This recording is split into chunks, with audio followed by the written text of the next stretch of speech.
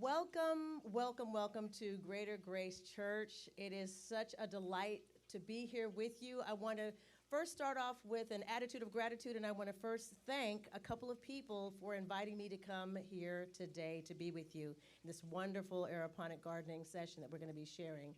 I first would like to thank Princess, who found me online. I'm actually from California, and so she found me online and contacted me, and we had a wonderful conversation. And then I had the privilege of being introduced to Lady Anna of Greater Grace Church, and we had a discussion. I want to thank the board for approving the project, and I want to thank Pastor Christopher and Lady Anna for ultimately inviting me out here to be able to share this very important project, this ministry, if you will, this community engagement, wonderful project with all of you. And so today, just to kind of give you a little bit of an update, we spent yesterday putting these tower gardens together and assembling them, and then making sure that we labeled the seedlings to go into the tower garden, and then discussed some information that I will share just a brief recap with you today.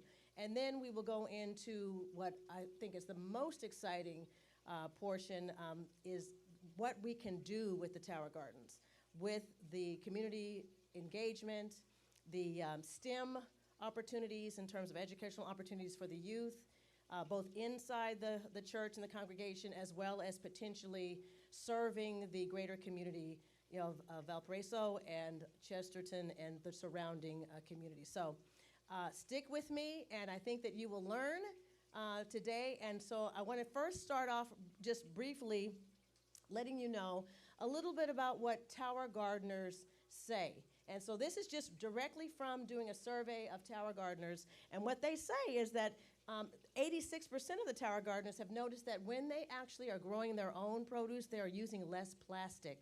I think all of us can agree that reducing the amount of plastic or plastics in our environment is important. So that is a wonderful thing about tower gardens, because you're not going to need to use plastic when you're growing your own produce at home or at the church or in the community center. 85% of the tower gardeners have noticed that their produce that is homegrown tends to last longer. And so that's wonderful, because it's fresh. You're only going to pick just what you need. And 88% of them really would like to know where their produce is sourced. And so they can do that, and they have more control over their produce because they're growing it themselves. They want to know that only their hands are touching their produce. 92% want to know how their food is grown and handled. So you have complete control when you actually are growing it yourself, because you know that only your hands are touching it, or only the people that you have put in charge are touching it. You don't have to worry about, it being picked many weeks ahead of time, trucked many miles to the store, stored in the what do they call it? Refrigerated bins, I think it is. And then they lose most of their nutrition as a result. And so it's the freshest of produce possible. And then 98% believe that if they started their own garden, they would actually have more control. And that's absolutely 100% true. You can see the tower gardens behind me here. And what's wonderful about tower gardens, and we'll get to that, is that you have 100% control over everything that you are growing. So we're going to spend some time today. I'm going to take you through the tower garden growing guide. I have provided this, or will soon provide, all of the resources. We don't have time to go through everything today. I'm going to hit the highlights real quickly with you, the things that I think that are most salient. But I'm going to actually make sure that Lady Anna has the full resource guide with all of the details, from everything from what to grow, how to clean, how to store, everything, the lesson plans, everything. She's going to have it all. And I would recommend that it be printed out. You can actually have the digital copy that I'll send, but print it out, store it in a 3-ring binder, and use it as a resource for anybody that's coming along that's going to be part of the team. So a little bit about, wait a minute, hold on. Oh, you know what? Hold on, let me just go back real quickly. And tell you a little bit about me. Okay, my company is Abundant Health Consulting. That's where Princess found me, online. And I am the CEO of Abundant Health Consulting. I have a certification in both wellness, which is actually a combination of life and health. I'm also got a certification as a transformational nutrition coach, and I also am certified in hormone health, and I'm currently working on a fourth certification in gut health. That is my passion. My passion is really to be able to come alongside individuals, companies, organizations to help people live their best quality life, but we have to start with how we fuel our body and how we take care of ourselves so that you can function optimally. And that's really why I'm excited about what I do. How do you feed yourself? What to eat, what not to eat, how to live your life, how to incorporate all the 5 pillars of wellness, which are nutrition, hydration, movement, sleep and rest, and meditation.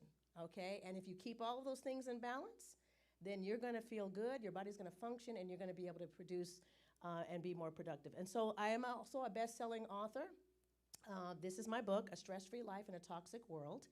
It is available in the autographed copies on my website, abundanthealthconsulting.com, but it also is available in all the major, I will say that the Amazon has all versions of it, the paperback, the Kindle, and the audiobook. But the audiobook, I narrated myself, and it is available in all the major retailers, as well as Spotify, Apple, Barnes & Noble, and elsewhere. And it's in 46 countries around the world.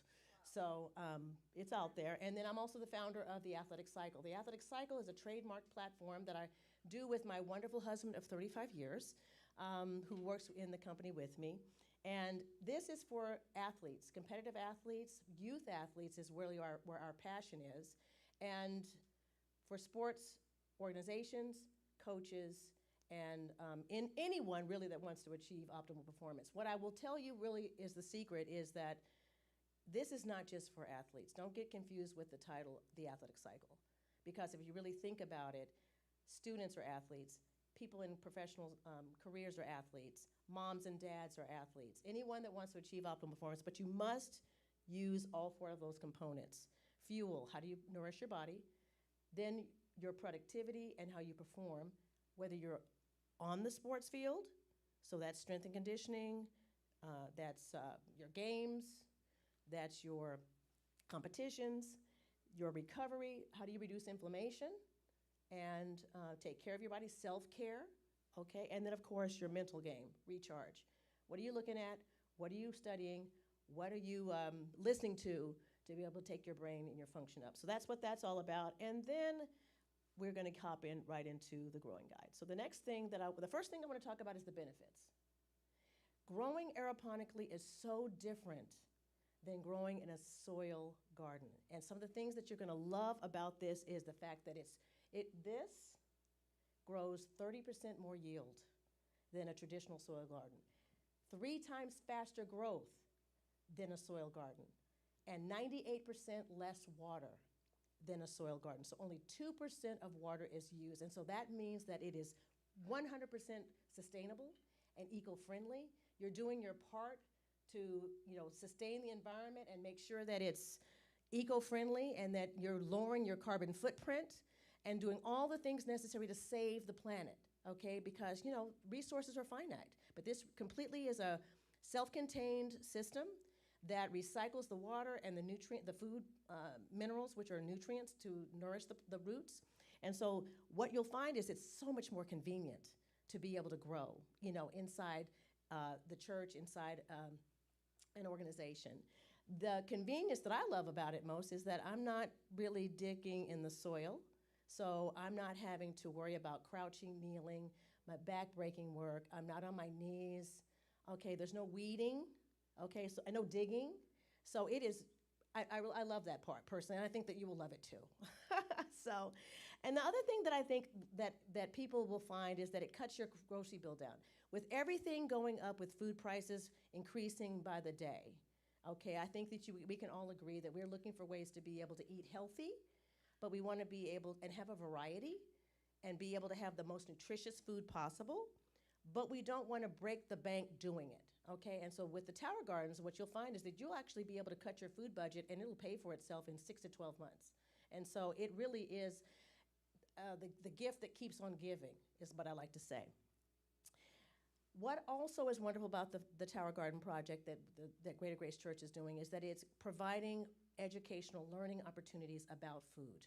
And it's also providing practical food given to people who are food insecure and actually filling the gap in a region that is, some might say, is a food desert.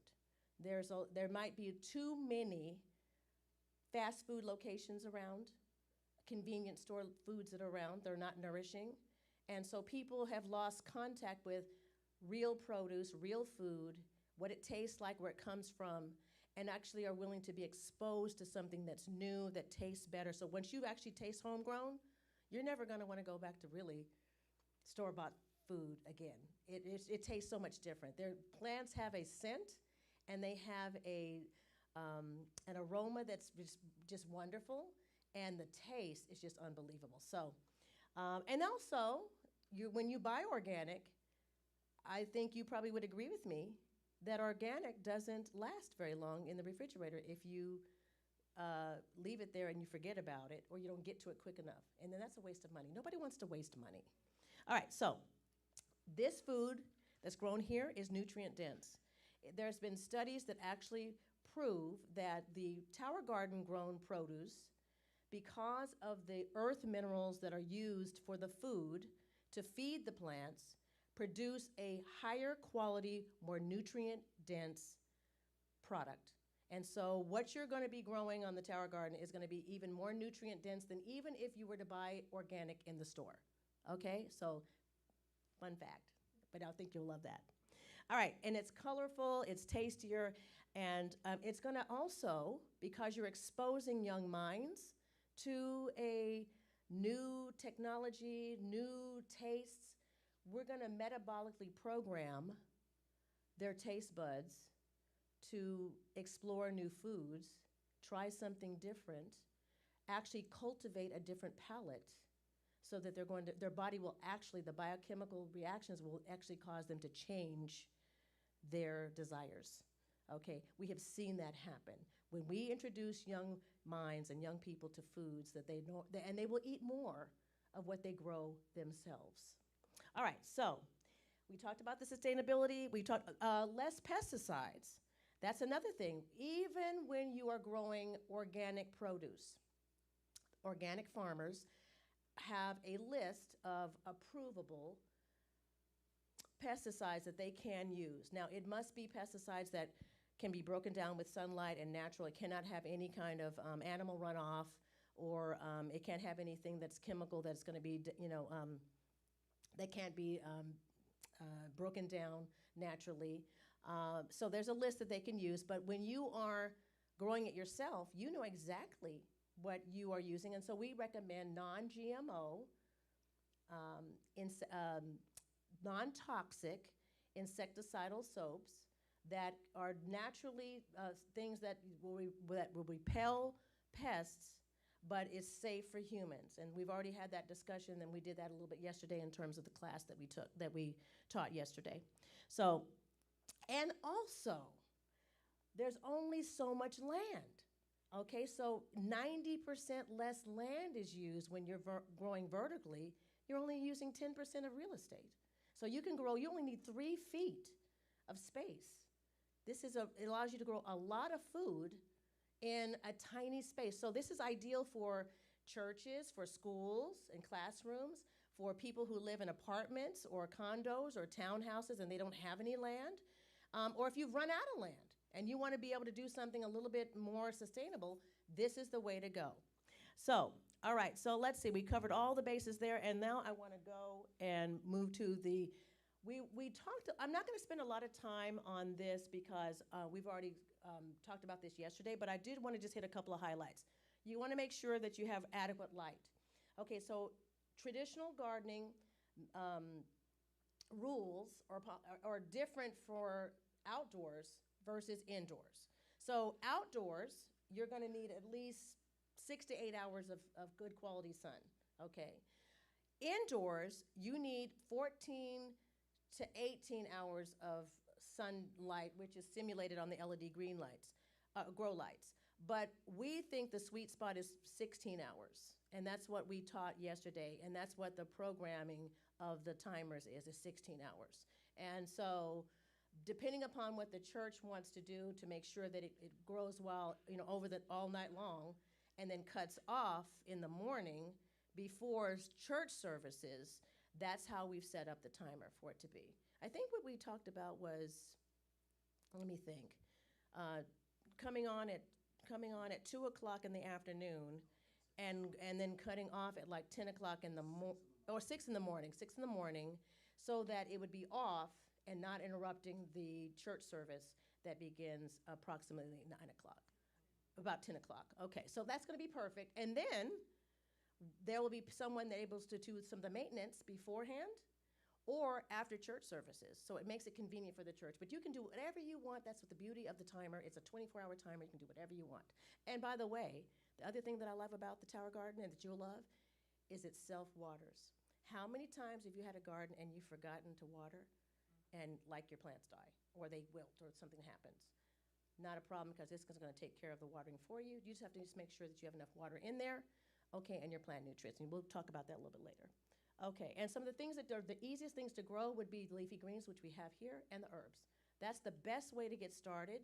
And then as you get a little bit more experience, then you can actually try a few other things. But this is designed to grow vining plants, leafy greens, all types, cabbage, spinach, Swiss chard, mustard greens, collards, and all your different herbs. It is not something you can do with root vegetables that require it to be underground in soil. Okay, so people have asked me that. That's why I have to include that in the presentation, because people said, can I grow potatoes? No, you can't grow beets. All right, so adequate light, temperature, making sure that you check for pests and disease, and we actually have a non-toxic insecticidal soap that we've already sprayed and misted on the plants to be able to protect them. And we want to check that every few days just to make sure there's nothing that has landed on the plants. Important to know, when you're coming in and out of a building, you're bringing in stuff from the elements from the outside. So you actually might be carrying in pests on your clothes, on your shoes, on your hands, So there's no natural predators that will control the pests inside a building. So you have to be the one to actually control that. You want to check your plants every few days, okay, just to make sure that nothing's on there. And you want to look under the leaves, backside of the leaf, because that's where pests like to hide. You want to look at the stems, and you want to look down in the little pot, the rock wool, to see if anything's growing down there. You do those things on a regular basis, and you'll probably be peachy. Water quality, what's interesting is that the water quality here in Valparaiso is really incredible. I mean, like, where most of the country has to buy alkaline water, or they have to put something in their kitchen to make it alkaline. You guys have alkaline water that comes right out of the tap. That's like 8. Okay, and 9 is like, the best, right? So, but plants don't like alkaline water, okay? They don't like acidic water, and they don't like alkaline water, so you need to change the pH and test it on a regular basis, and they like it between 5.5 and 6.5, and really the sweet spot is somewhere in between, okay? But you want to check it on a regular basis. You do that, and your plants will thrive. Okay, so what do we want to grow?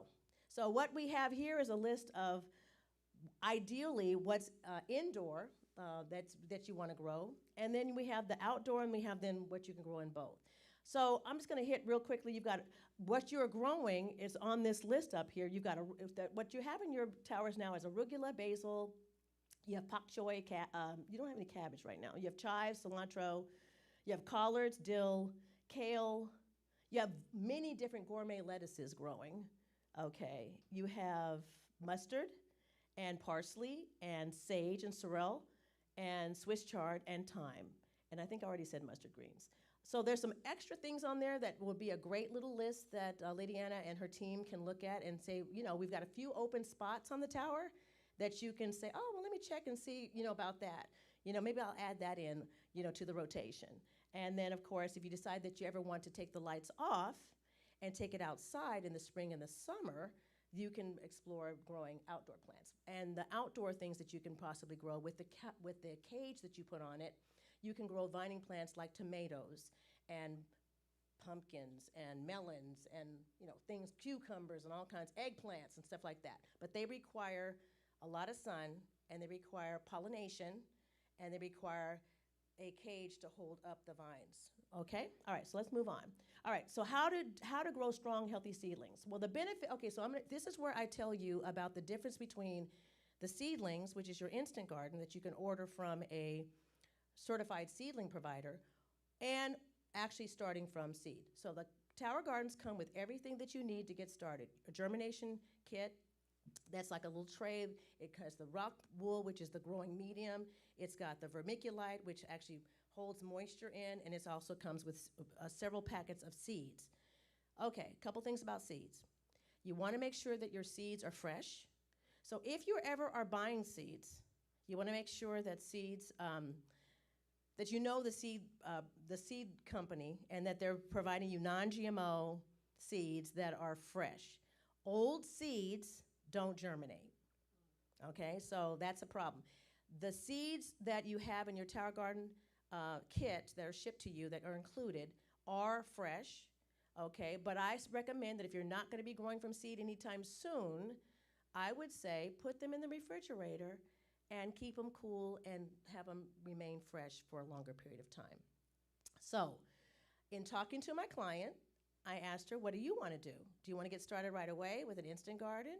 Or do you want to start with seeds? Because seeds take weeks to germinate and weeks to grow into 2 inches tall where they're a strong seedling, and then you can transplant them into the Tower Garden. And some people don't want to wait that long. Okay, the other thing is trial and error. Now, sometimes things germinate and sometimes they don't. So the failure rate is high. Okay, and it's just trial and error. You just don't really know what's going to happen. You can lessen the trial and error by buying the seedlings. However, and they're about $2 or so, roughly a seedling.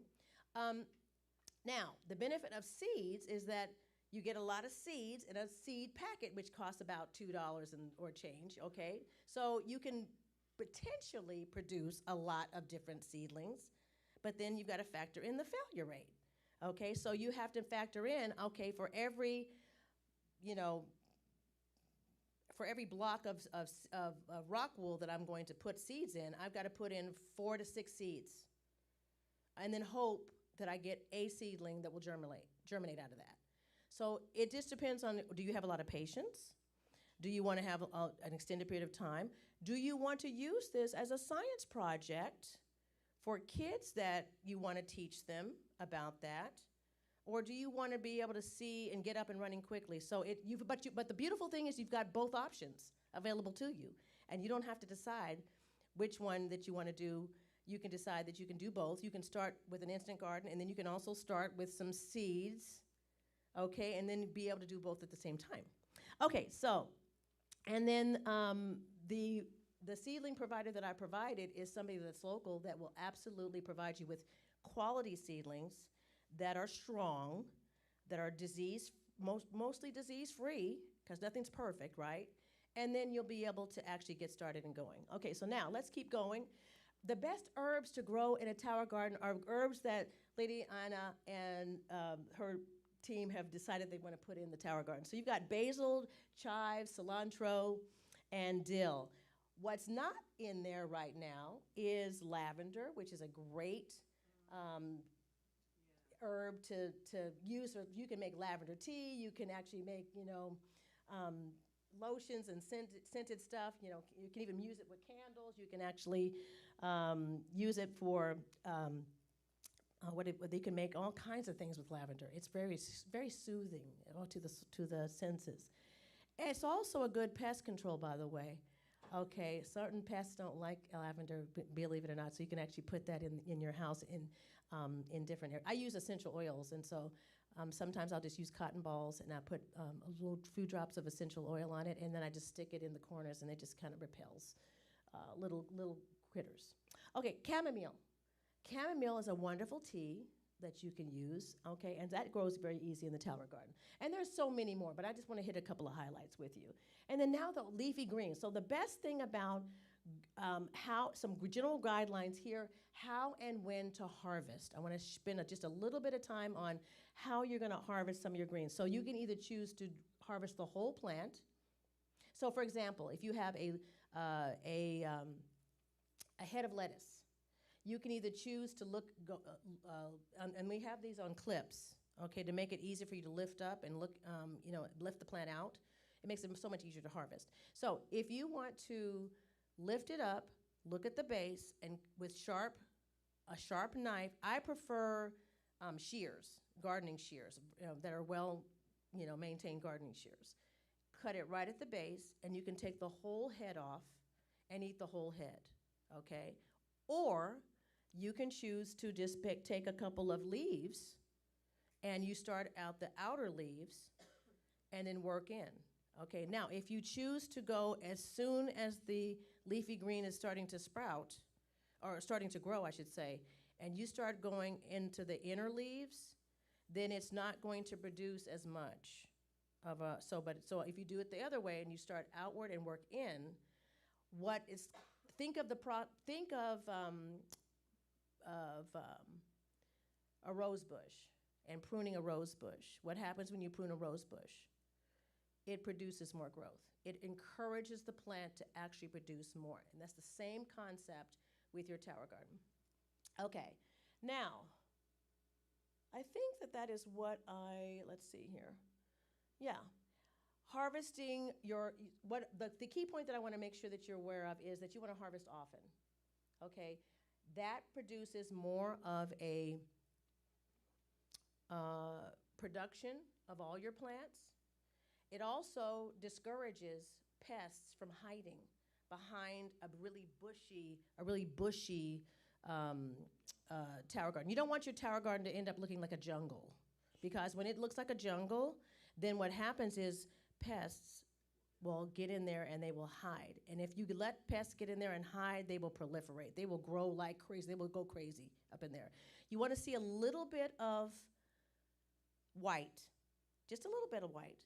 Also, you want to put you want to plant your plants in a way where you don't want to crowd your neighbors too close. You want to give them a little bit of space and a little bit of growing room, right? So we've done a really good job of placing things on the tower garden here, in areas where, it's going to be giving the potentially bushier, bigger plants a little bit more room to kind of stretch and grow out there. So what you see here is two tower garden homes. You can't see the other one, but there's two there. 16 microgreens at the top, salad toppings, microgreens, herbs, they grow at the top. The middle and the bottom section is for full-size plants. And that is designed for the larger plants, like your gourmet lettuces, your cabbage, broccolini, I think is growing in there as well, okay? Now, let's see, every plant has a life cycle. And so when you have a plant that is finished, it's like, okay, I'm done, I've produced enough. You want to be it'll start to bolt. It'll start to send out a long shoot with flowers on it. That's because it's trying to reproduce itself in nature. It's just giving you a clue. I'm done. I need to reproduce myself. That is a clue that it's time to take it out and replace it. Okay. Now, some people will want to try to save seeds off of the flowers. I've never done that, and I've been gardening with tower gardens since they first came out in 2012. So, and I've gardened with both units, the big one, which is outdoor, and I've now gardened with this one indoor. I've never saved seeds. But if that's something, but you do have the option if you want to do that. Knock yourself out. Okay, all right, okay. All right, so harvesting herbs. Basil is fabulous in a tower garden. It grows so abundantly. The leaves are big and huge and fragrant and flavorful. You're going to want to harvest basil by picking it twice a week. You want to make sure that you're getting in there and you're taking that basil, those leaves off, okay? Now, if you get such a bumper crop of basil and you just cannot even eat it all, you can't give it enough away, you can freeze herbs. Did you know that you can freeze herbs? Little Ziploc baggie, put the herbs in there, put them in the freezer, and they will stay fresh and they will last and they will be able to just come right out and be able to use them whenever you need them, okay? So roughly pick about 6 to 8 leaves, okay? You want to do it at least twice per week. And you want to pinch or cut the stems right at the tips where the plant is beginning to branch, okay? Now, if the production slows, harvest the entire plant by cutting the stems, at the base. So that's just got a little tip.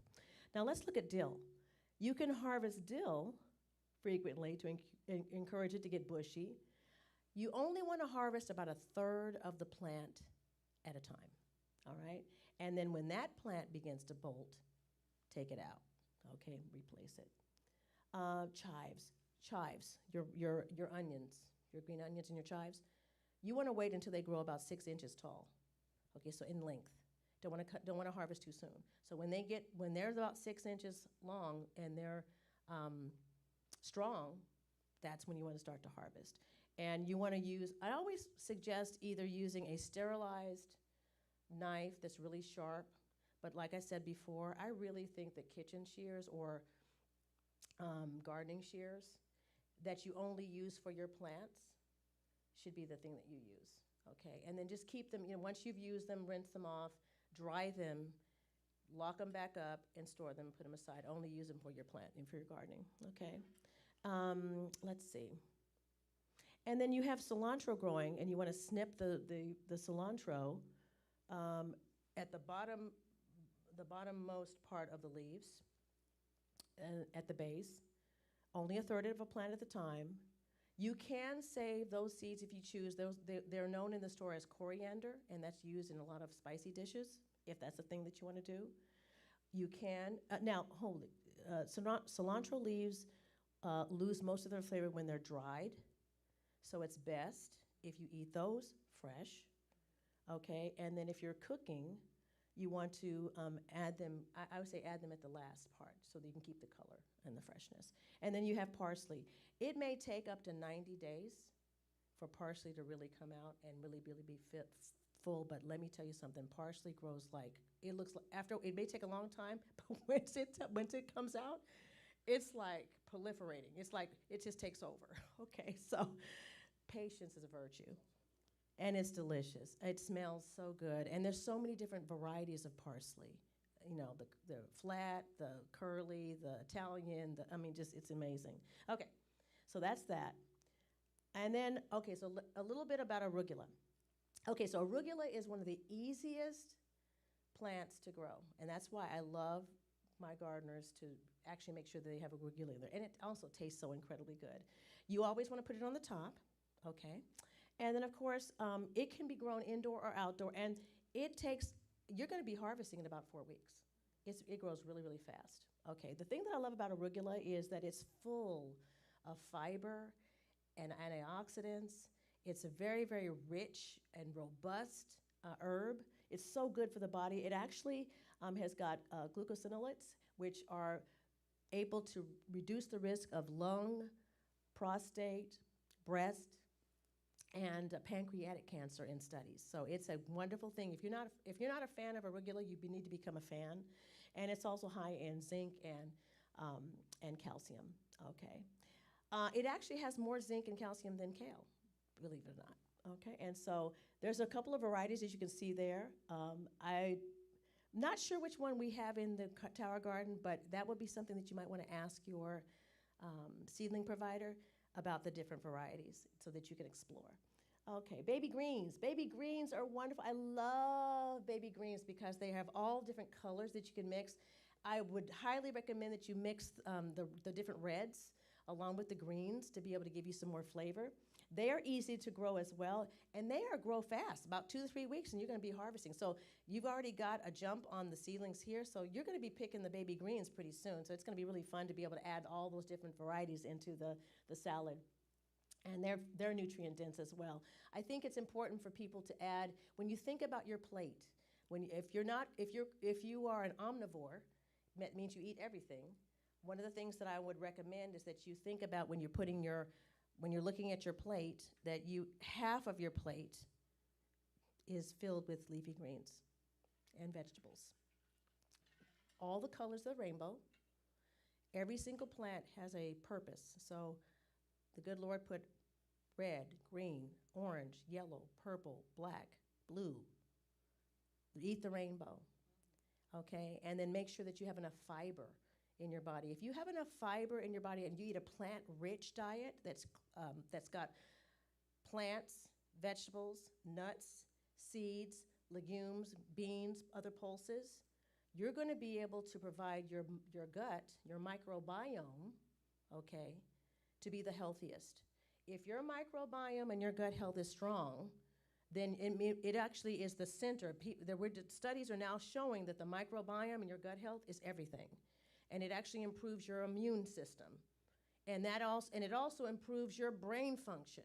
So if you are taking care of your gut health, okay, then you are going to be able to live your best quality life. You're going to be able to think sharper, think clearer, process information faster, okay, and be more productive and successful.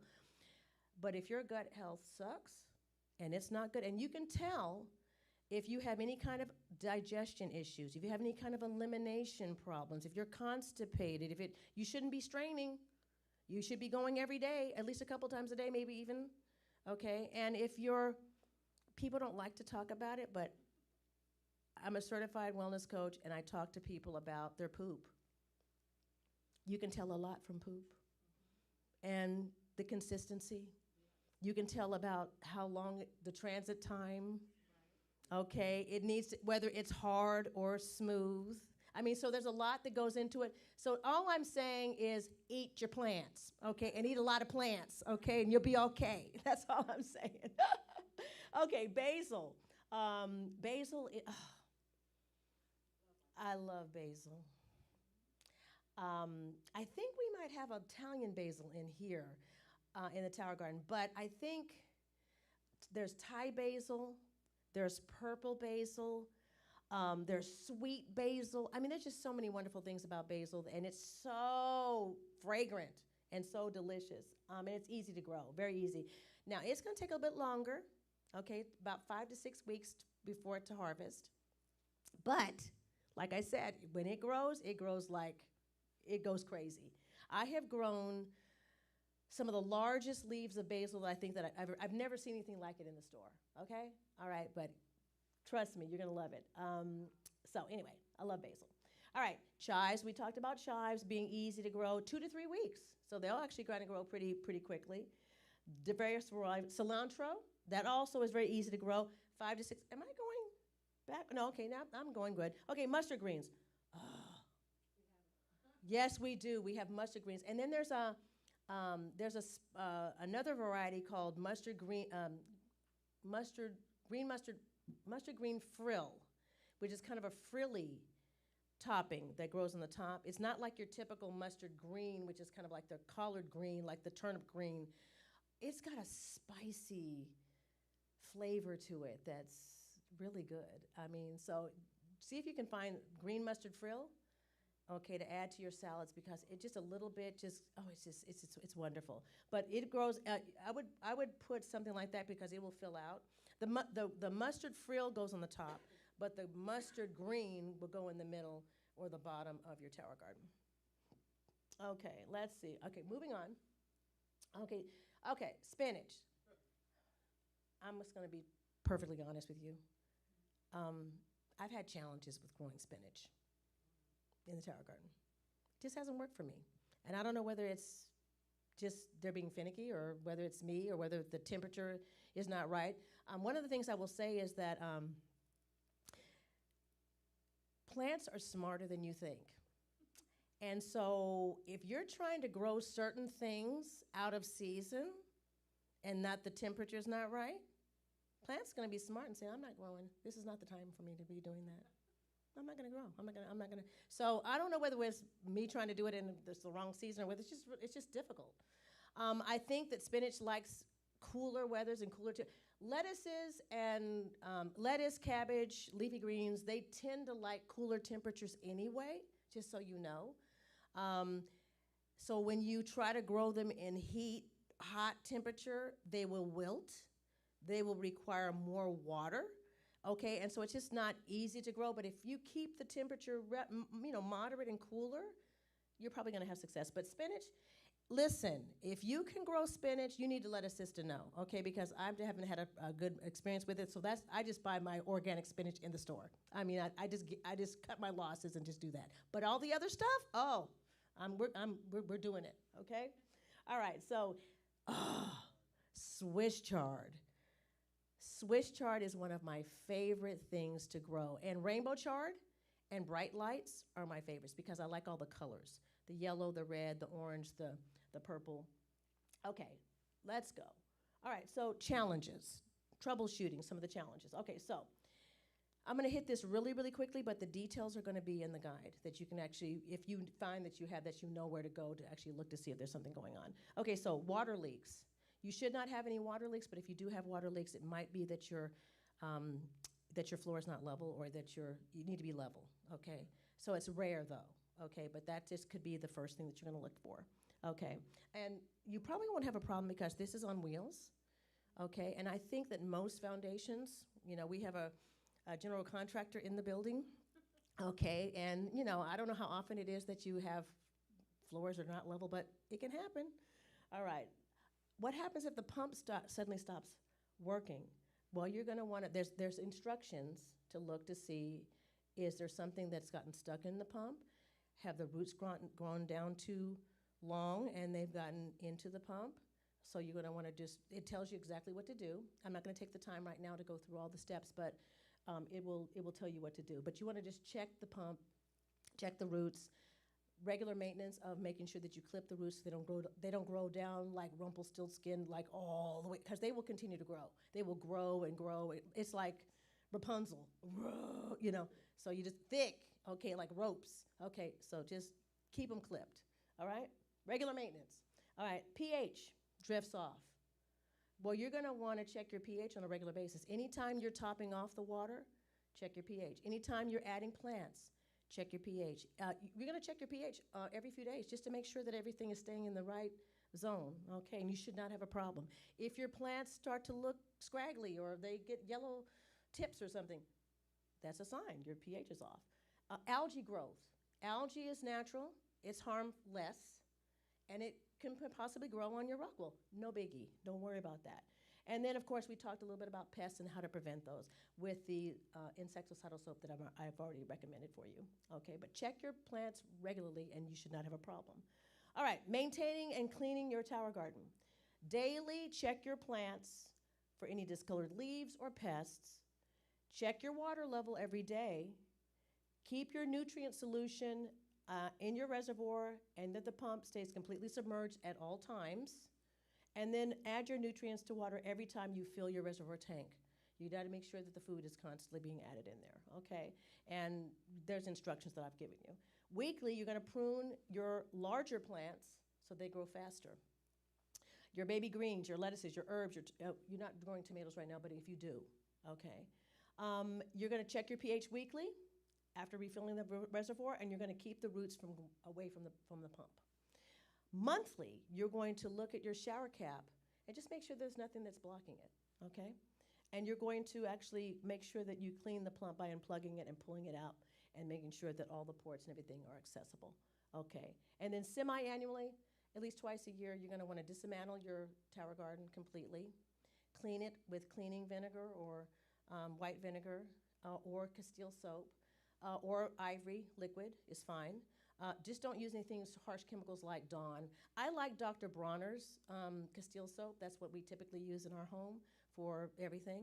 But those are some tips, okay? And that will make sure that everything is clean, disinfected, and then you will just assemble it back and then go through all the normal recommendations in terms of how you set things up.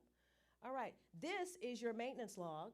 So whoever's in charge, that Lady Anna has put in charge, they're going to use something like this. They can either use this one, that's just something they can just reproduce and just copy it off out of the resource guide, or they can create their own. But this is kind of gives you an idea of keeping track. And then this is the maintenance checklist. I'm not going to go through all of this, okay, but there's a checklist to make sure that you stay right on point and that your tower garden functions properly. And so it just tells you every week, every 2 weeks, and then so on and so forth what to do.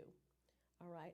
And this is the list of seedling providers that are around that are certified that you can get seedlings from, one of which is already the one that I identified and told Lady Anna about, and she ordered the seedlings from them. They're in Atlanta, Georgia, and they were able to get it to her quickly. And she's really wonderful. Sherry is a fabulous customer service. She's the owner of the company along with her husband, and they are just responsive, and I think there's been no problems. Okay, so that was what we were going to do yesterday, and so I want to take a break right now, and I want to say, do we have any questions? If you need to get up and stretch and take a bathroom break or something like that, and then we'll the next part, because I'm not sure what we're doing on time. The next part will be on just the community engagement, okay, and outreach, which I think is really important. But I've been talking for a long time, and I want to give you guys a stretch break. I want you to be able to move, or is there any questions that anybody has right now? Is everything pretty intuitive in terms of any questions about anything?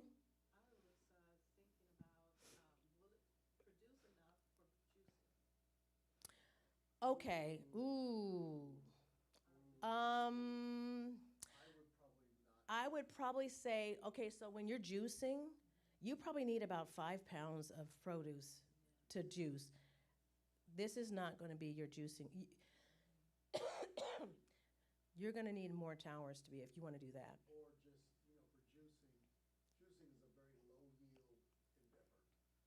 In other words, you need a boatload of, to get just a teeny amount of juice. So the limited time that I juice, I just go to, I would say it's best to, okay, so here's a couple things.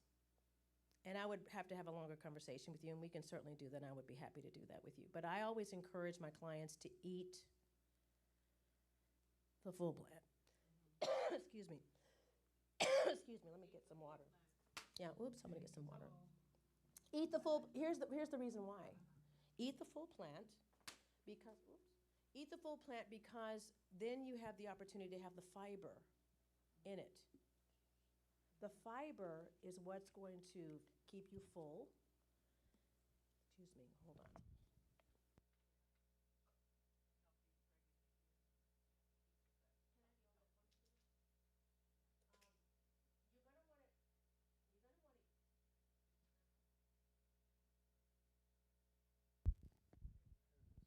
Hello? Yeah. You're going to want to eat the fiber. The fiber is going to be really good in terms of slowing the absorption of sugar into your bloodstream. Okay, so it's going to keep you fuller longer. It's going to minimize weight gain. Okay, because you have, all plants have sugar in them, but obviously fruits. You're probably. Are you juicing just vegetables, or are you juicing fruits and vegetables, or what do you do? I'll mix some green apples and Okay, yeah, for taste and whatnot, but it's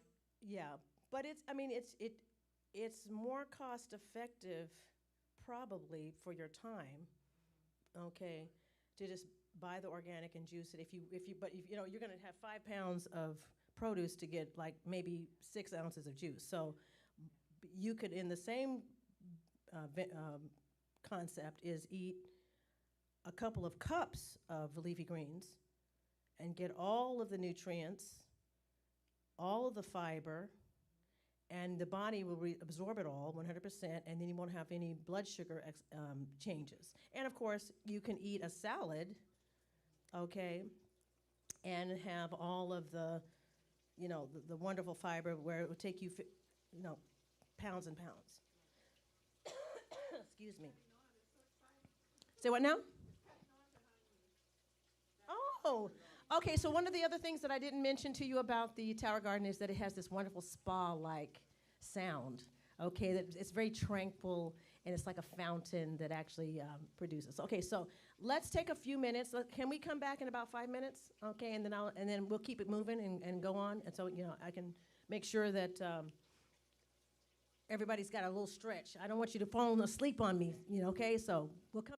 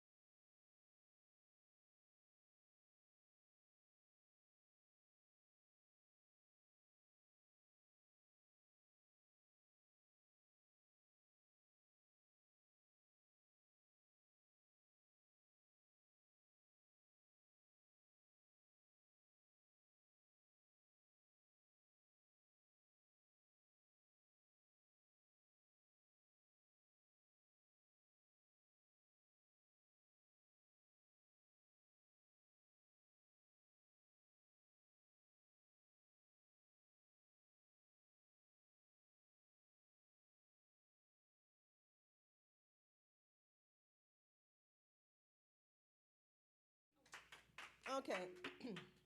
All right. All right. Thank you, Sharon. Okay, she's my new best friend, next to Lady Anna and Claire. Okay. All right. Okay. All right. So, all right. Well, welcome back. We're going to focus on the next segment, which I think is my most exciting.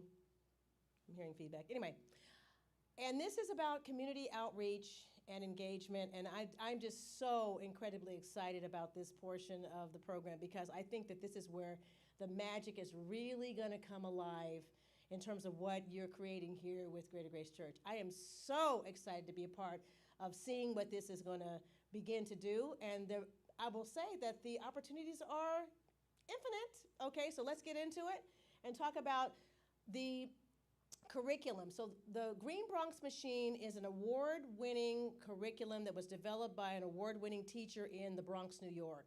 And if you know anything about New York City and the Bronx, it was a major food desert. It was families that were largely impoverished, and they just didn't have access to clean, fresh, tasty food and produce. And so this particular teacher, his name is Stephen Ritz, he created this curriculum, and so since then, it has kind of been extended all across the United States and all around the world. And so the key things that I want to point out to you is that you have access to this curriculum, okay? And I love it, and it's really designed to bring Tower Garden STEM education, science, technology, engineering, and math, and horticulture and gardening skills, and nutrition into the classroom so that students can learn about how to eat healthier and protect their bodies and to be able to explore new tastes. And so 94% of the students that went through this curriculum that I'm about to share with you, they want to repeat the program. They love it so much. 100% of the teachers were satisfied with the curriculum. And it's in the top 10 health and wellness programs in the United States. So in talking with Lady Anna, one of the things that is true to her heart is that she believes in health and wellness. She believes that the body is a temple just as I do. We are kindred spirits in that regard, and that how you feel your body is how you're going to be able to actually provide. I mean, so it's kind of like if you've ever been on an airline, and you know how the airline always does the safety check, and they tell you, put your safety mask on first, okay, and then try to help some other people. Well, I kind of feel like the Lord has put everything on the planet for us to be able to eat and take care of, and it's our domain. We're dominion. But if we screw it up and we don't take care of it, we don't consume what is put there for us to be able to take care of this wonderful temple. This is a beautiful machine that God created. It's miraculous. It is really designed to heal itself. It's designed to live over 100 years. Okay, but oftentimes what we do is we put things in it that are not designed for us. Too much sugar, too much salt, too much produce that's laden with chemicals like glyphosate and some other pesticides have been sprayed all over the food. Too much processed food, fast food, or just things that come out of a bag or a box. And so I'm taking a little segue here just to kind of drop a little knowledge here in terms of the health and wellness piece. One of the things that I talk to my clients about is the importance of making sure that they use the acronym POWER. POWER. P stands for plant-focused or plant-based. Eat more plants. If you want to be a vegan and a vegetarian, that is great. Okay, but everybody is bio-individual, so one thing doesn't always work for the other person. So I don't judge, and I say, okay, let's talk about what's going to be good for you. But plant-based, more plants, is the key. Okay. O for organic. Unless you're growing it yourself, you have to buy organic wherever possible. Okay. The W stands for whole foods. Foods wrapped in their own package, like an orange, an apple, a banana. Less packaging. And also the philosophy that if you can grow it, you can kill it, you can catch it, you should probably eat it. Okay, if it's lab created, if it's a scientific experiment, if it's got if it's in a bag or a box and it's got a paragraph on the ingredients list that's multisyllabic chemical names that you don't even hardly know how to pronounce and you're not even sure what it is, maybe you shouldn't be eating it. The best rule of thumb is an ingredients list of 3 to 5 ingredients. For example, look, I'm going to be honest, every now and then I will want to eat a potato chip, okay? But I'm only going to eat Lay's potato chips because Lay's potato chips only have 3 ingredients: potatoes, oil, and salt. Conversely, have you ever looked at a Doritos package? Oh, or Flaming Hot Cheetos? First of all, it's like, what in the world what is that? And how do they get to be like flaming red? Like okay, so we're not doing that. Yeah. So W is for Whole Foods in their own package. E, whenever possible. Okay, whenever possible. E stands for eliminate processed foods, preservatives, and additives. Okay, like red dye number 40, blue lake number 4, things that are chemicals that they put into food to preserve them. There's a whole list of them. They're in my book. But if you, and what we know is those chemicals affect brain function. They can create and exacerbate ADD, ADHD. You can't think clearly, okay? They can mess up your gut health. They can actually mess up your hormones. So you want to avoid artificial sugars. No aspartame, okay, which is equal. No sucralose, okay. No saccharin. So sometimes the food companies will want to tell you, oh, this is safe, this is fine, this is, it's just like, sugar. If you're going to have sugar, don't do table sugar, okay? Do real pure cane sugar, okay? Or if you want to do an alternative sugar, my favorite is a specific brand that I only use. It's the Sweet Leaf brand of stevia. Stevia is actually a plant. It comes from a plant that's native to Paraguay, okay? And it's a shrub.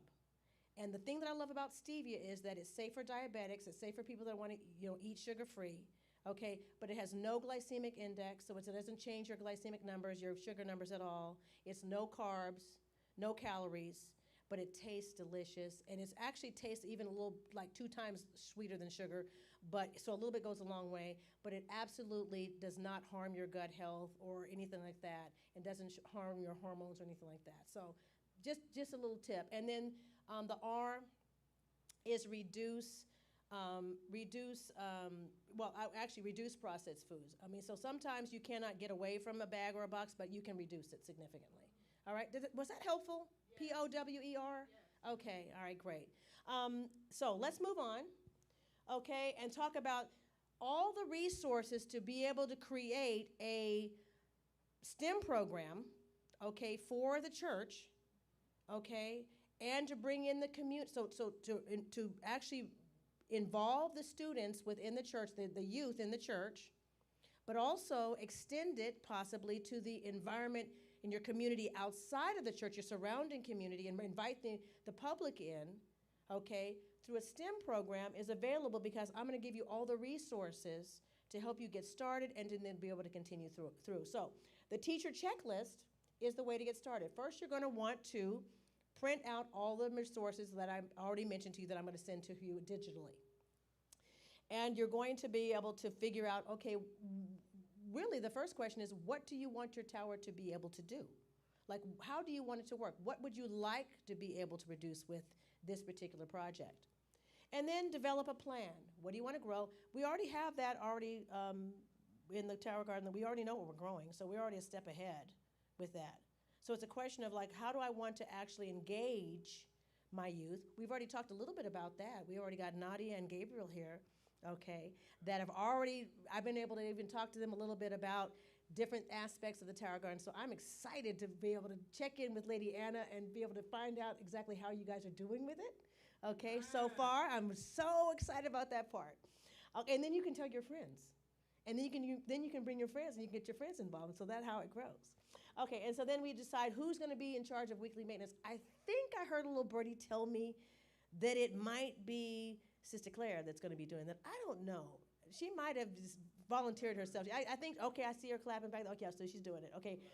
Amen. Amen. Yay. Okay. And then we've already assembled the tower. We've already done our first planting.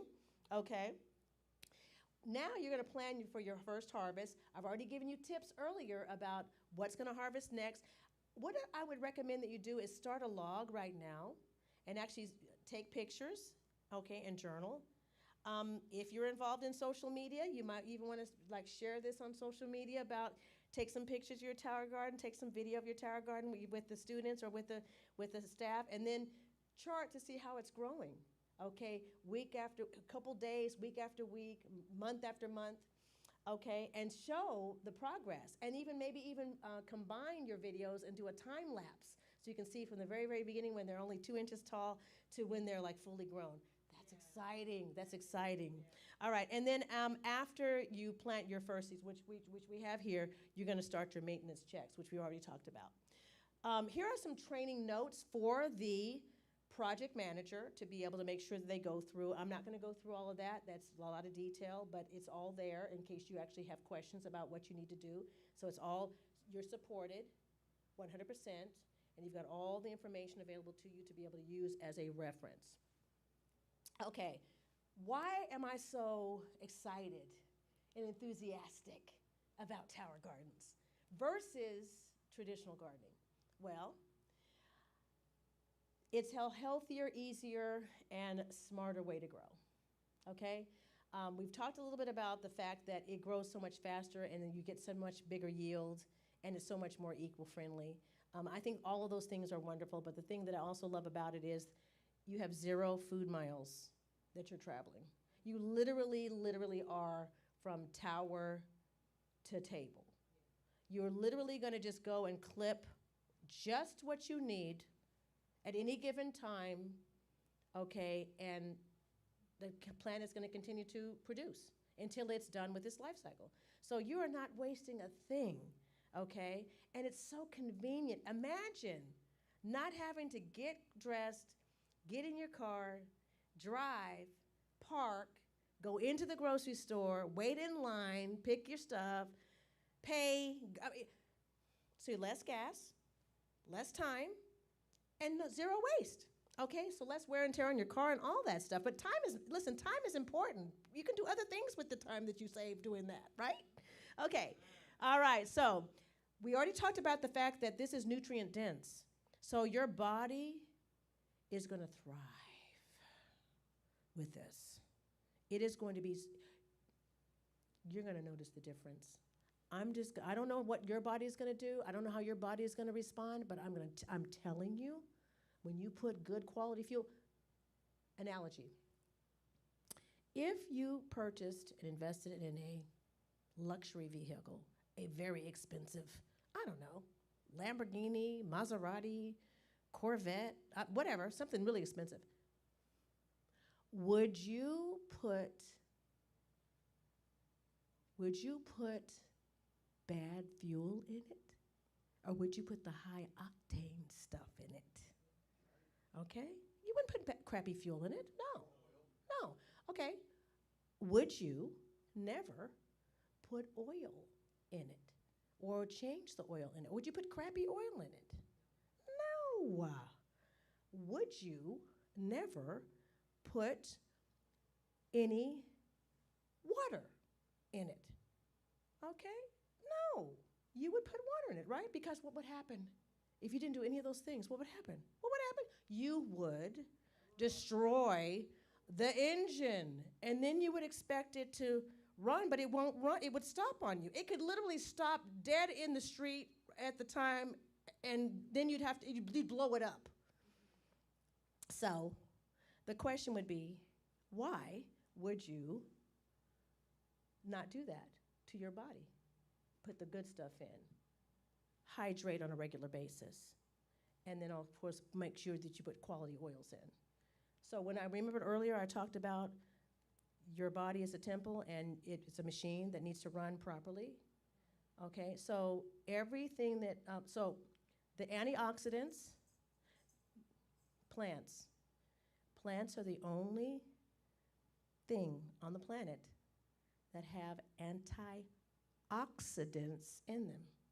Meat, dairy, they don't have antioxidants. Break it down. Antioxidants. That means that plants are uniquely designed, fruits, vegetables, berries, herbs, nuts, seeds, legumes, pulses, are designed to reduce the oxidative stress that is in our body. It's designed to reduce inflammation, okay? We all have inflammation. Most inflammation is silent, okay? That's the problem. We have it, but we don't know what's going on. So inflammation can be occurring in any organ system in our body, okay? It can occur in our brain, and that's where dementia and Alzheimer's can affect, or cognitive decline. It can occur in our heart. That's where you have a heart attack or a stroke. It can occur in our reproductive system. That's where infertility can happen, or other reproductive problems, both in women and men. It can occur in your endocrine system, which is your hormones. Okay, so, and one thing about hormones, if one hormone is off, it's like a cascading effect. It can affect all the other hormones as well. So hormonal balance is really important, and we won't get off into it, but I'm just telling you that your respiratory system, all the organs, your lungs, your brain, your heart, your skeletal system, your musculoskeletal system, everything needs to be nourished and reduce the inflammation. A lifestyle, in terms of reducing stress, can prolong your life. Eating properly goes hand in hand with lifestyle management to reduce stress, both internally and externally, if you want to live a long, productive, quality life. That was just a little, tangent, but I just had to get that in because I think it's very important when we're talking about the power of what you're doing here. What you really have is an educational project that is profound. You don't even realize it yet, what you are about to explore and what you're about to bring to the community, internally at the church and externally. It is going to be amazing, okay? When you combine both this along with the knowledge about health and wellness, which I can be happy to share. All right, so we talked about all this other stuff, okay? So then we talked about the convenience, and we've already talked about this. Okay, sustainability. Okay, so why am I'm excited about classroom and STEM project with kids? Those three things right there. You're introducing, intriguing, and inspiring. Okay, you're introducing new concepts, new technology. This is the wave of the future. Okay, where there was soil gardening, then there was hydroponics, and now you have aeroponics, where you're growing with no soil and not submerged in water. Okay, this technology, by the way, was actually created at the Land. If you've ever been to Walt Disney World, or if you ever go to Walt Disney World, there's a ride there called the Land. And Tim Blanks was the chief horticulturist, along with his wife, there for years. And what they ended up doing was they discovered that we really want to do something different with this hydroponic. We want to take it to a step higher, a step further, a step larger. We want to bring it to the masses. And we want to be able to attack the food deserts that are in America and around the world, where people don't have access to clean food, good food, quality food, and where there are people that are literally food insecure, which is, I think we can all agree that there's many pockets in America where people are just food insecure. And they wanted to be able to do something that would make it easy for people to be able to grow their own produce wherever they are, okay, that is practically idiot-proof. I mean, it's really simple. I mean, it doesn't take a lot, and don't get mad at me for saying idiot-proof. I mean, because I'm just saying, you know what? Let's just keep it real among friends, right? I mean, it's hard to mess up, really, okay, on something like this. It is so easy. When I tried to do traditional gardening, I had a brown thumb. Okay, literally, okay, and figuratively, I killed stuff. And I killed stuff because I forgot to water it. I didn't check it out. I mean, I just didn't know how to do it. Okay, and it failed miserably over and over and over again. I'm like, I give up. But when this came to market in 2012, I was like, oh, I think I can do this. And I've been growing like this ever since 2012. I got not this unit, I got 2 of the first units. So I grew on those for about 10, 15 years. And then I transitioned we moved into a smaller space and I got this one. Okay, so I have outdoor experience and indoor experience. And that's why I'm excited to be working with you. Okay, so it causes kids to be able to be intrigued about stuff that they don't know. It's new information. So you can actually inspire them to think about things that they've never actually thought about before by asking certain questions. So here's the first, I'm going to show you a couple of resources, and then we'll be finished. This is for your your pre-K. So this is like a little journal that they can start, and then this is another little coloring thing that they can use to actually get introduced to produce. And then this is a little fruit and vegetable card that they can color, and we can just have a discussion about your fruits and your vegetables at their level, pre-kindergarten, okay? And then we get into first grade, and we actually talk about the different parts of a plant, okay? We can have a discussion about the different types of plants, maybe some that you want to grow, maybe some that you are growing. So you've already going to be growing lettuce, okay? At some point, that you might decide that you want to actually do the vining plants, but we're going to have a conversation about the colors of plants, why are they different colors, all the different things that are appropriate for first graders. And then, of course, crafts. Kids love crafts, and so first graders love to be able, but we're introducing math down here, okay, incorporating that, and language, okay. And then, of course, what are the different parts of the plants that we eat, okay, and making it fun. Learning is fun. And then asking questions and then encouraging them to be able to have a discussion. This is a journal.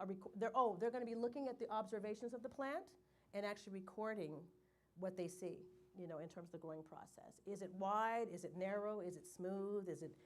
Are the leaves bumpy? Are they jagged? Are they curly? So, critical thinking is what we're doing.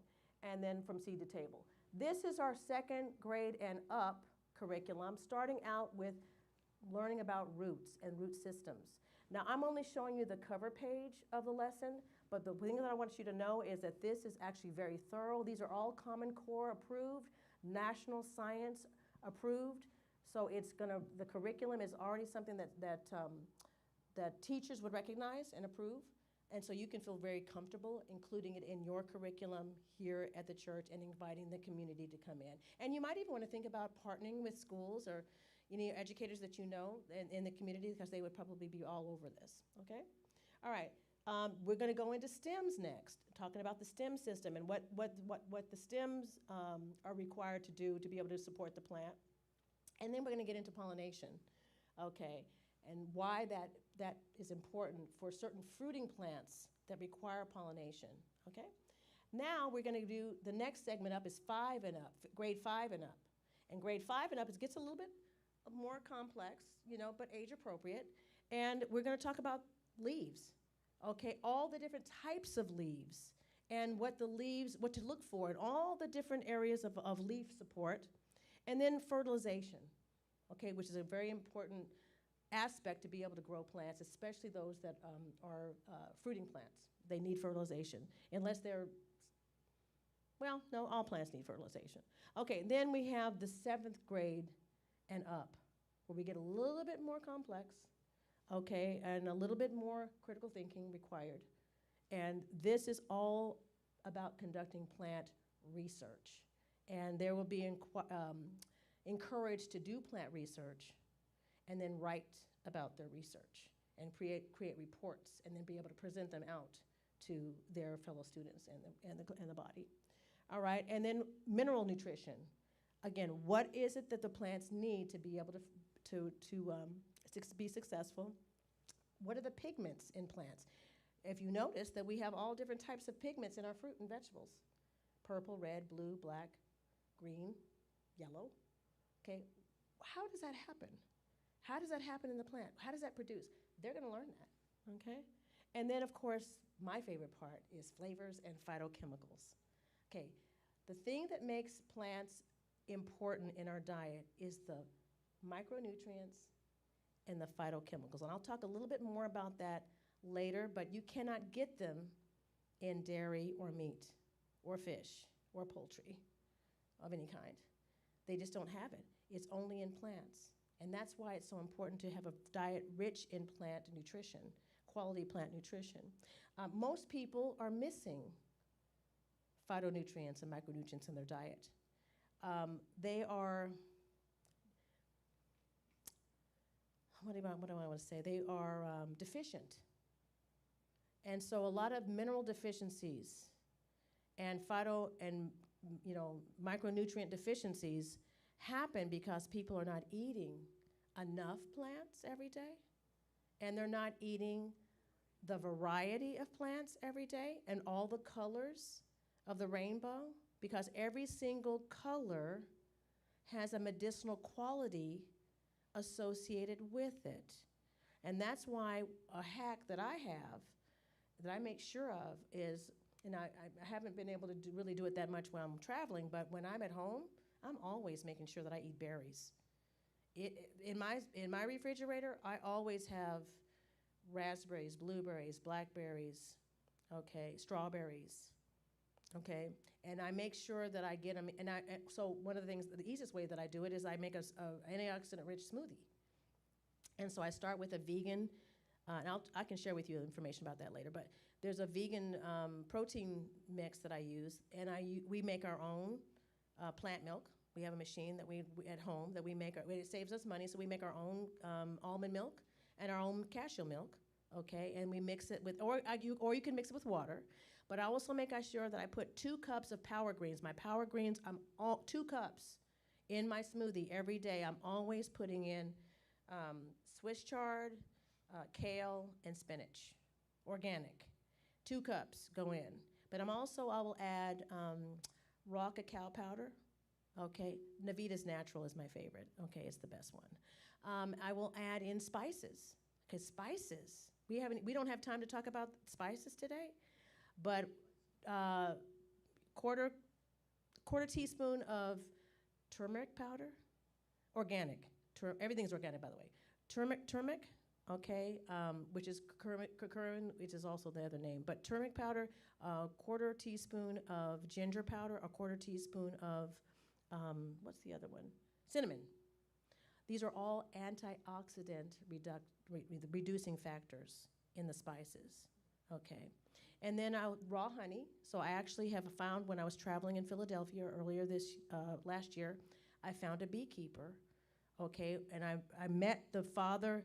Well, I met the son, and the father and son actually have their own hives, and they produce. I know exactly who's producing the honey. Okay, it's a lot less expensive. I can share that with you if you would like to know. You can order it online. It's very economical, and it's delicious. And I put just a teaspoon of honey, raw honey, unfiltered, organic, into. And then let's see, what else do I put? Let me think here. Let's see, the green, I think, you got to combine your spices, and that's a whole nother conversation, but you got to combine spices properly. So turmeric and black pepper, you have to combine the two, because black pepper allows the turmeric to be absorbed more efficiently and properly. So you got to make sure that you put black pepper in there. And I think that's probably pretty much, I think that's probably pretty much. And then, of course, I put ice and put the almond milk in there. Oh, and from time to time, I will also add, I like probiotics. We don't have time to talk about that either, but probiotics and prebiotics, they're 2 different things, but your body needs both.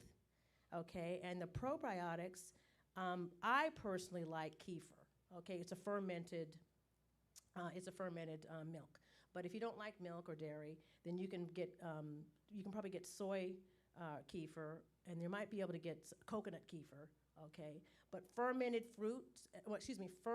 vegetables like sauerkraut, kimchi, those are really, really good for your gut, because their strains from the bacteria actually improve the gut health Okay, and apple cider vinegar is another thing that I make a detox drink with that, with lemon juice and, yeah, and cranberry juice. Oh, 100% cranberry juice is one of the things that I make a detox drink with those three, and I put a little bit of stevia in that just to kind of sweeten it a little bit.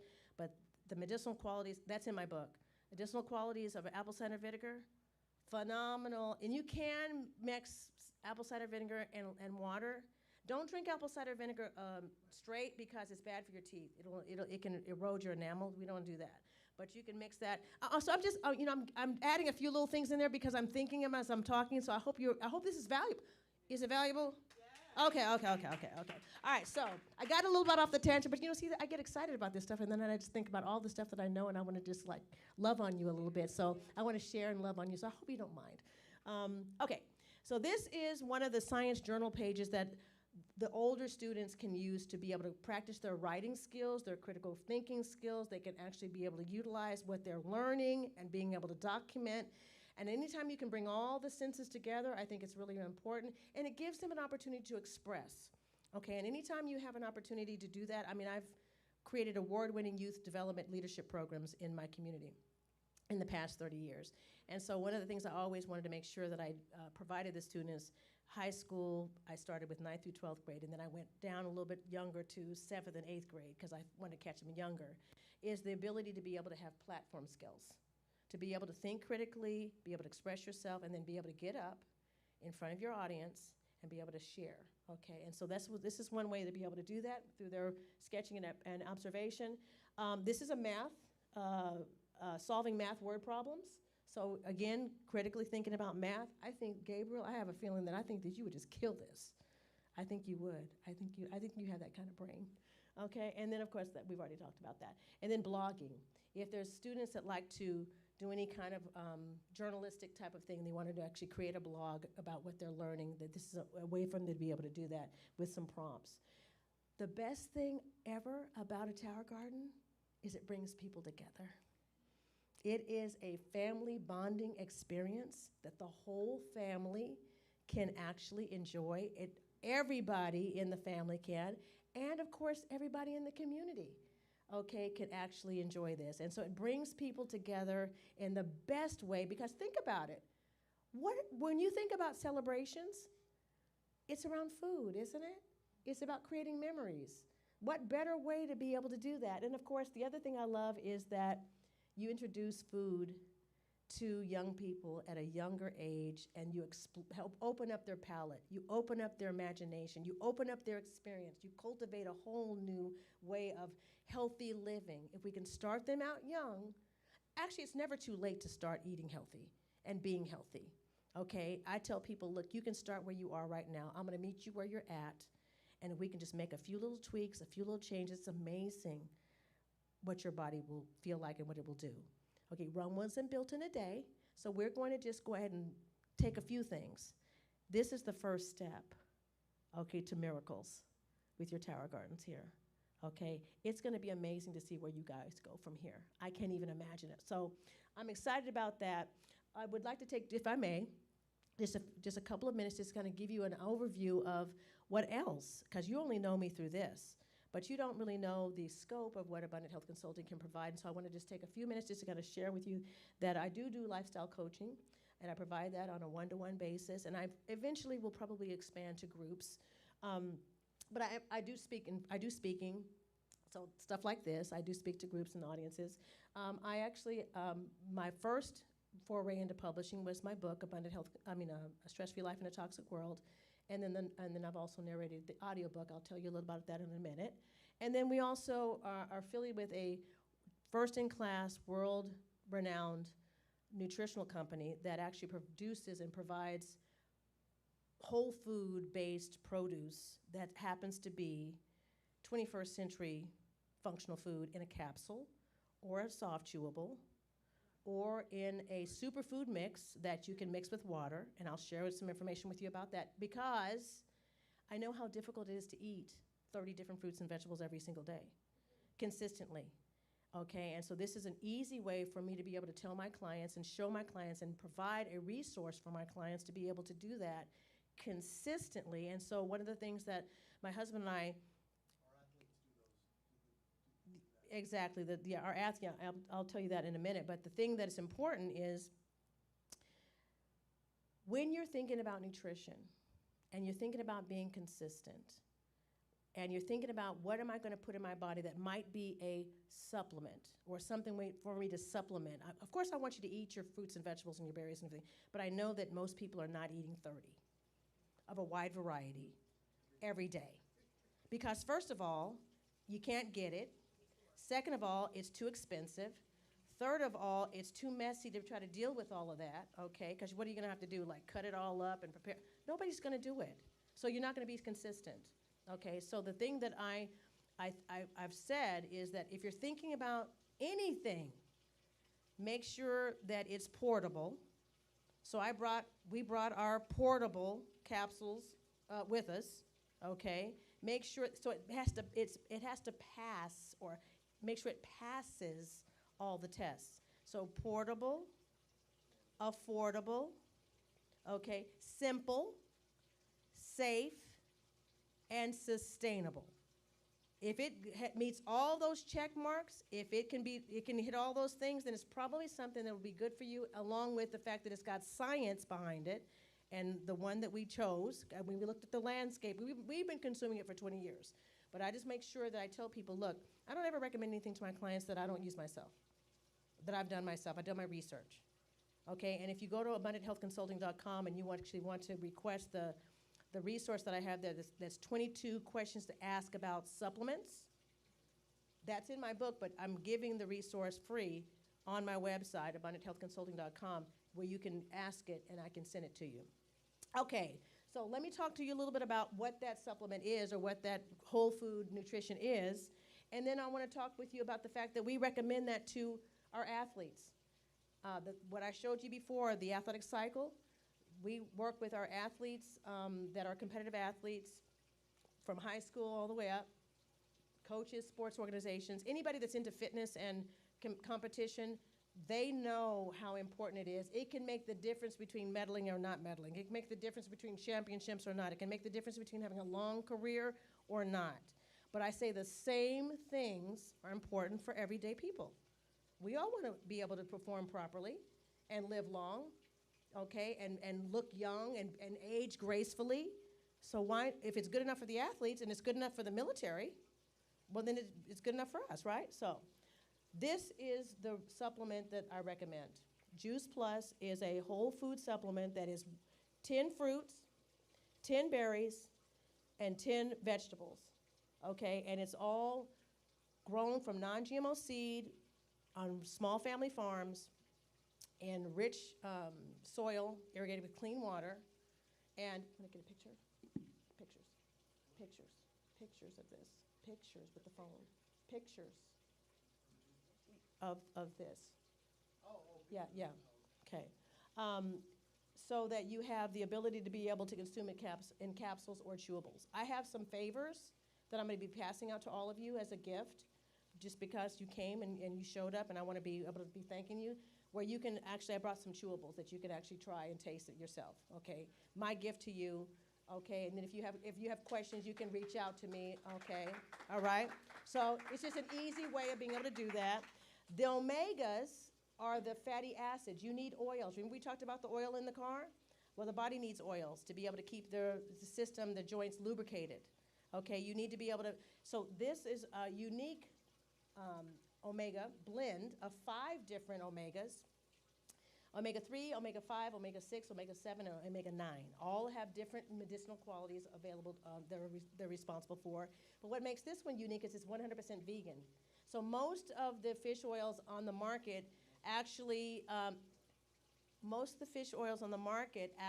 have the fish actually eat algae in the ocean, and then they catch up a bunch of fish and extract the algal oil out of the fish and put that in a capsule, and then they fuse it with heat. That destroys the oil. Okay, so you're already consuming degraded oil. This company has just found a way to be able to cut out the middle fish. We're not even dealing with the fish. We're creating sustainable fields of algae. And then they went a step further and said, okay, algae, but then what other plants, what other seeds have oils that are necessary for our brain health, our eye health, our skin health, our joint health, and our brain health. Pomegranate seed oil, safflower seed oil, pomegranate seed oil, safflower seed oil, sea buckthorn berry oil, and tomato seed oil.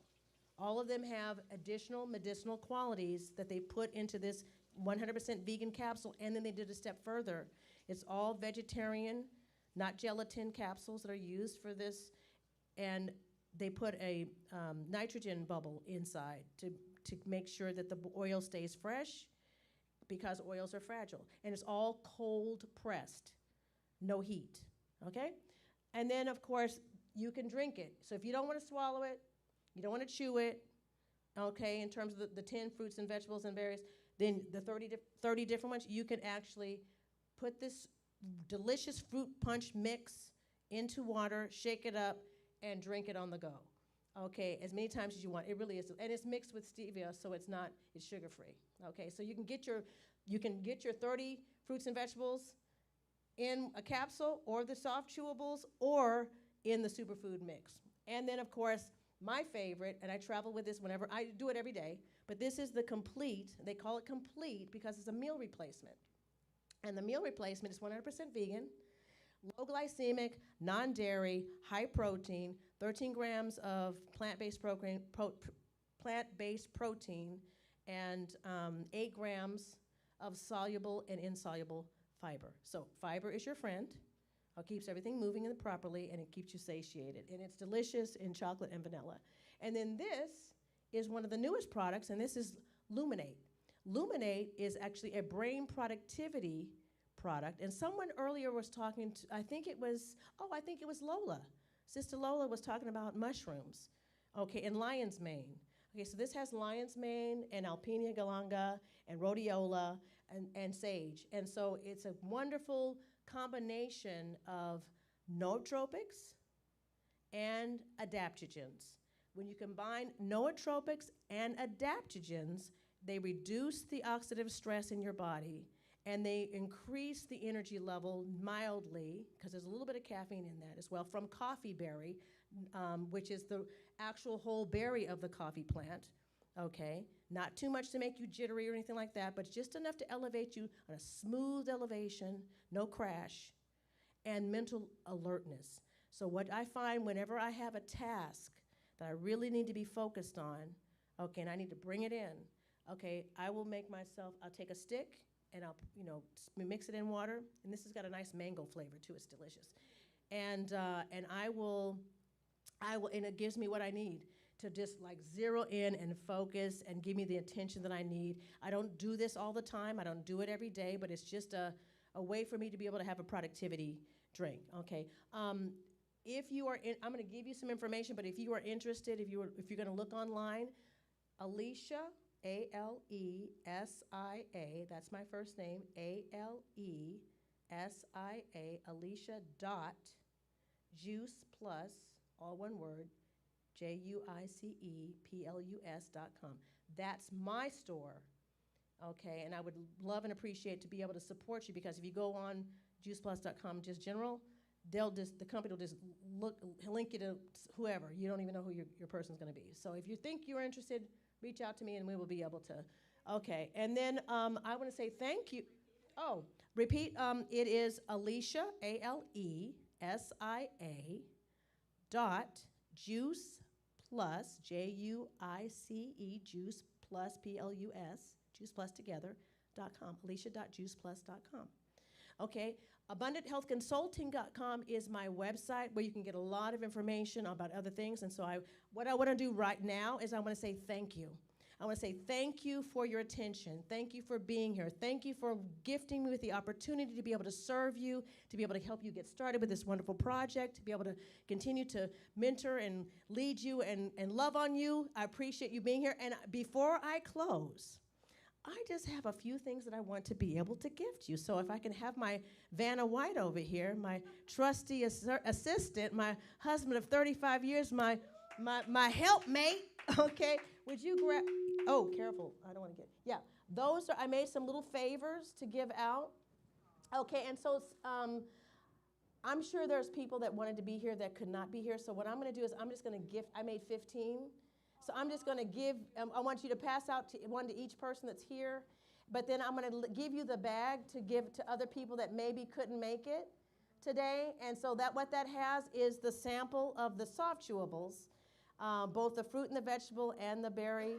And then, of course, my card is in there if you have questions you want to read back out to me. All right, so that's like a little gift, a love gift, a little favor gift of, to you. And it lets you know exactly what's in there. All those, they're little chewables. They're like little gummies, and they're delicious, honestly. Whenever I have a sweet tooth or something, after dinner, and I want to have something that's not going to be like bad for me, I feel like I can nip it in the bud with that. Okay, and so the other thing that I would like to do is if I may have. She's digging it right now. Can I have Lady Anna? Can I have you come up, please? And I want to gift you with an autographed copy of my book. Okay. Okay. And I also want to gift Princess, who was the person who found me. Okay. So I would love to. Let me get over here. Oh, Tony, can I ask you to do me a favor and pass these out as well, just to the people who are, just pass it. Oh, okay. All right. Wait, hold on. Let me get.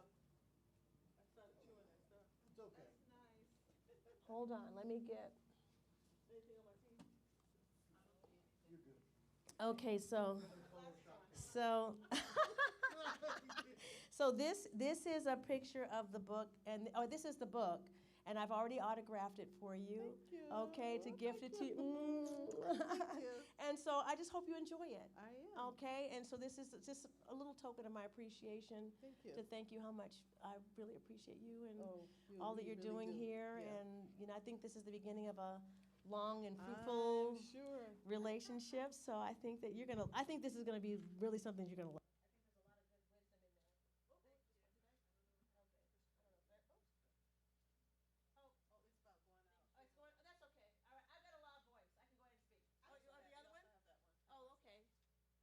Did I talk so much that I wore it out? Is that what happened? Is this one on? Oh, yeah, okay. All right. So that is so the bookmark that I'm handing out. So I've got this book for you, and then I have the other. This is already autographed. This is already autographed for Princess. Oh, you want to get it. There you go. Oh, I love it. Okay, so this is for Princess, because if it weren't for Princess finding me online, I probably wouldn't be here. Okay, and so I just wanted to make sure that I acknowledged her and said how much I appreciate. She's such a lovely person. She's a wonderful human being. She's a wonderful person, and so I wanted to make sure that she had something. She did all of the footwork to help us get to where we are today. Yeah. So thank you, Princess. If you ever see this, I want to give you the credit. Thank you so much. Yeah. She is the one that brought us to this place. Yeah, absolutely. Yes. So when I started off and I said, "Thank you, Princess, for finding me. Thank you for introducing me to Lady Anna. Thank you to the board who approved the project." Okay, because without the board's approval, we would be moving forward. I know how those things work. Okay, and Pastor Christopher, your leadership on this as well. And then you two both inviting me to come out and actually present, to share this with the congregation and to be able to share ultimately with the community and whoever you plan on serving. So I just, it's just, Thank you. it's just such a blessing. It's such a blessing. It's such a blessing. And Claire, who's been Oh, pivotal. Claire. She's been amazing. Okay. So Claire, you don't know this.